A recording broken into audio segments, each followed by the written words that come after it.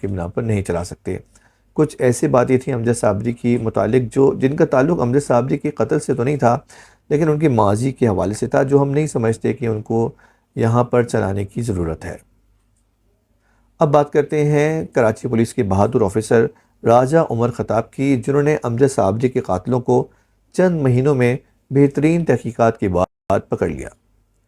اپنے اس انٹرویو میں راجہ عمر خطاب نے بتایا کہ جو اس کے ٹارگٹ کلر تھے ان کو انہوں نے کس ذرائع سے پکڑا، اور جو خاص شوٹر تھا جس نے امجد صابری کو قتل کیا، اسحاق بابی، اس کا تعلق کس سے تھا۔ تو لیڈ ہمیں فورینسک سے ملی، پھر ہمیں یہ بہت سی ایسی چیزیں تھیں جو ہم شو نہیں کر سکتے، لیکن آہستہ آہستہ ہم ان کے پیچھا کرتے رہے تو ایک وقت ایسا آیا کہ جب ہم سمجھے گا ہم ان کو گرفتار کرنا چاہیے۔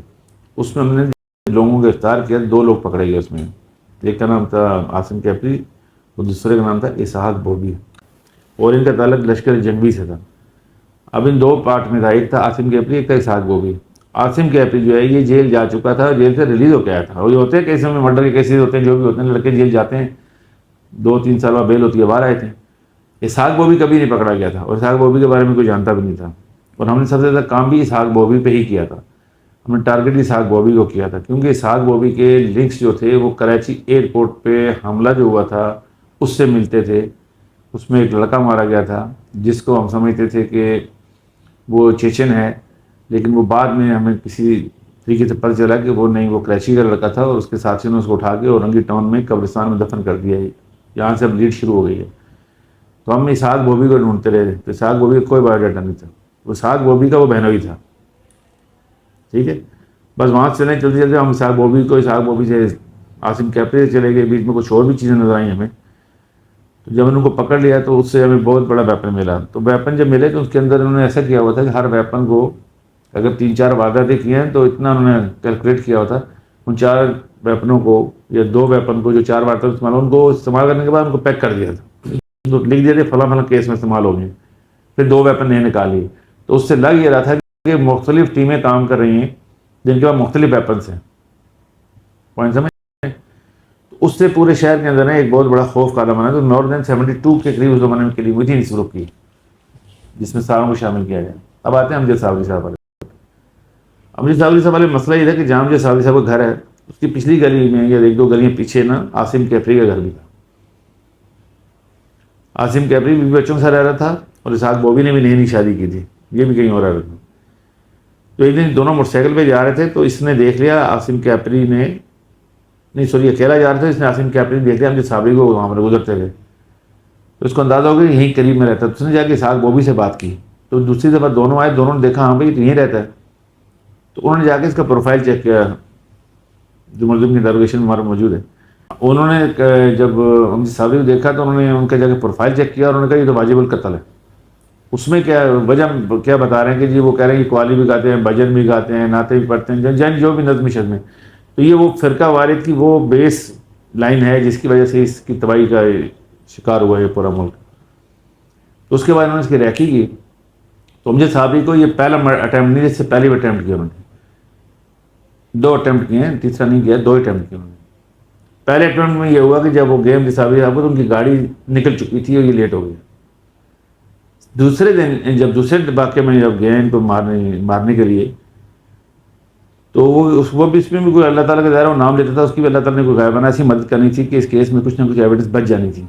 یہ اس زمانے میں جو ویپن یوز کر رہے تھے اس کے اوپر ایک کیچر لگاتے تھے۔ وہ کیچر ایسا ہوتا ہے کہ اگر آپ نے فائرنگ کی ہے تو اس کے جو ایمٹیز ہیں نا وہ آپ کو کرائم سین پہ نہیں ملتے، وہ ان کے پاس ہی رہے تھے۔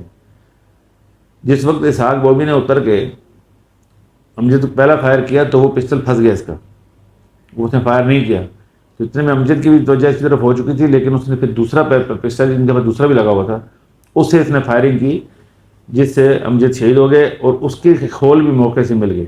وہ ایک ہی واردات میں ویپن یوز ہوا تھا، اور وہ ویپن اگر پہلا والا استعمال ہوتا تو ہمارے پاس ایویڈنس بھی نہیں آتی، ٹھیک ہے نا، تو ہمارے پاس ایویڈنس بھی نہیں آتی۔ پھر یہ بات آتی ہے جی وہ گولیاں ایسے کیسے ماریں، بھائی ٹیررسٹ ہیں، اور ایک بندہ گاڑی میں بیٹھا ہوا ہے تو اس کو گاڑی کا کون سا پارٹ قرآن تو نظر نہیں آئے گی، ظاہر ہے اس کا ماتھا آپ کا نظر آ رہا ہے، آپ کا فیس نظر آ رہا ہے، آپ کا چیسٹ نظر آ رہا ہے، اور یہ ڈینجر ایریا ہے، اور اگر آپ کسی جو نہیں بھی جانتا فائر، وہ اگر فائر گاڑی میں کسی کو کرتا ہے یقیناً اس کے فیس پہ لگے گی گولی، یا اس کے ہیڈ شاٹ ہوگا، یا اوپر ہو سکتی ہے گولیاں لگی۔ اس طرح انہوں نے ہم کو شہید کیا اور وہاں سے وہ نکل گئے. تو وہ جو ویپن تھے وہ بھی جب ہم نے ریکور کیے, اس ویپن کے اوپر بھی امجد صابری قتل لکھا ہوا تھا. اب کیا وجہ تھی کہ وہ مارنے کی وجہ فرقہ وارانہ تھی. اور اس کے بعد ہاں ان کے ایک اسٹیٹمنٹ میں بات اہم یہ آئی تھی کہ انہوں نے کہا کہ جب ہم نے اس کا جنازہ دیکھا تو ہم دونوں خود بڑے حیران ہو گئے تھے کہ اتنے لوگ اس کے جنازے میں آ سکتے ہیں, اس کو اتنا پیار کرتے ہیں. تو پھر ہم نے سمجھا ہم نے بڑا بنا مار دیا. پہلے ہم نے امجد صابری کو مارا تھا, لیکن بعد پتہ چلا کہ وہ بہت بڑا آدمی مار دیا جنازہ دیکھنے کے بعد. جو عاصم کیپری ہے نا, وہ پرانا لشکر کا لڑکا تھا, اس کا بھائی بھی اس لشکر جنگی میں. عاصم کیپری سے زیادہ خطرناک جو ہے نا اسحاق بوبی تھا. عاصم کیپری چالاک ضرور تھا لیکن اتنا دلیر نہیں تھا. اور اسحاق بوبی جو تھا نا وہ موٹیویٹڈ بھی تھا, اور اس سے کم عمر ہونے کی وجہ سے وہ جذباتی بھی بہت تھا. تو جتنی کلنگ ہوئی ہے اس میں موٹر سائیکل صرف عاصم کیپری چلاتا ہے, اور کلنگ ساری اسحاق بوبی کرتا ہے. عدالت میں اس وقت ان کا کیس جو ہے وہ اپیل کی میں پڑا ہوا ہے, سزا موت ان کو ہو چکے دونوں ملزموں کو. اس کیس میں نہیں, اس کے علاوہ تمام کیسز میں, دیگر تمام کیسز میں, ایک دو کیسز میں شاید بری ہوئے ہیں. پرنٹ الیکٹرانک میڈیا اور سوشل میڈیا پہ ایک افواہ کافی تیزی سے پھیلائی جا رہی ہے کہ امجد صابری کے قتل میں ان دو افراد کے علاوہ بھی ایک بہت بڑی ٹیم تھی. جب امجد صابری کو مارا گیا تو کوئی رکشے میں سوار تھا, کوئی پیدل تھا. لیکن جب یہ سوال ہم نے راجہ عمر خطاب سے کیا تو انہوں نے ان الزامات کی سختی سے تردید کی. نہیں, بالکل فیک اور غلط خبر ہے یہ. ان دو کے علاوہ بھی کوئی تھا, ان دو کے علاوہ کسی نے ٹارگٹ دیا تھا. اب پچھلے دنوں میں ایک خبر چلی تھی کہ جی وہ قاسم رشید جو ہے وہ جیل سے ریلیز ہوا, اور وہ جو اس کا ماسٹر مائنڈ تھا, بالکل فضول حرکت ہے. وہ جس نے بھی بات کی ہے کسی افسر نے, وہ نالائق آدمی میں سمجھتا ہوں, کیونکہ اس سے کوئی واسطہ نہیں تھا. یہ کوئی ٹارگٹ اندر جیل سے نہیں دی گیا تھا, یہ باہر ہی تھے اور یہ رینڈملی ٹارگٹ لیتے تھے یہ دونوں. اور پھر وہ قاسم رشید کے اوپر یہ کہا گیا میرا قاسم رشید ہمارا ملزم رہا ہے, ٹیررسٹ ہے, دہشت گرد تنظیم کا. لیکن جو حقائق ہیں وہ یہی ہیں. کیس کو اب اس کی پریس ریلیز کو یا اس کو بڑھانے کے لیے کسی نے بیان دے دیا کہ جی اس کا امجد صابری کے قتل سے کا ماسٹر مائنڈ گرفتار, تو بالکل نالائقی ہے, بے فضول بات کی ہے. اس میں دو ہی لوگ تھے, رینڈم ریکی تھی, اس کے بعد انہوں نے کنفرم کر کے ان کو شہید کر دیا. اس میں کوئی تیسرا چوتھا پانچواں کوئی بھی نہیں تھا, اور کسی تنظیم سے تھے تو صرف تنظیم کی لشکر جنگی تھی. امجد صابری کے فرزند مجدد صابری نے اپنے والد کے حوالے سے کچھ باتیں کی اور یہ بھی بتایا کہ ان کی شہادت سے پہلے بھی ان پر کئی قاتلانہ حملے ہو چکے ہیں. ابا کے نکلنے سے پہلے جب وہ ٹرانسمیشن پہ نکل رہے تھے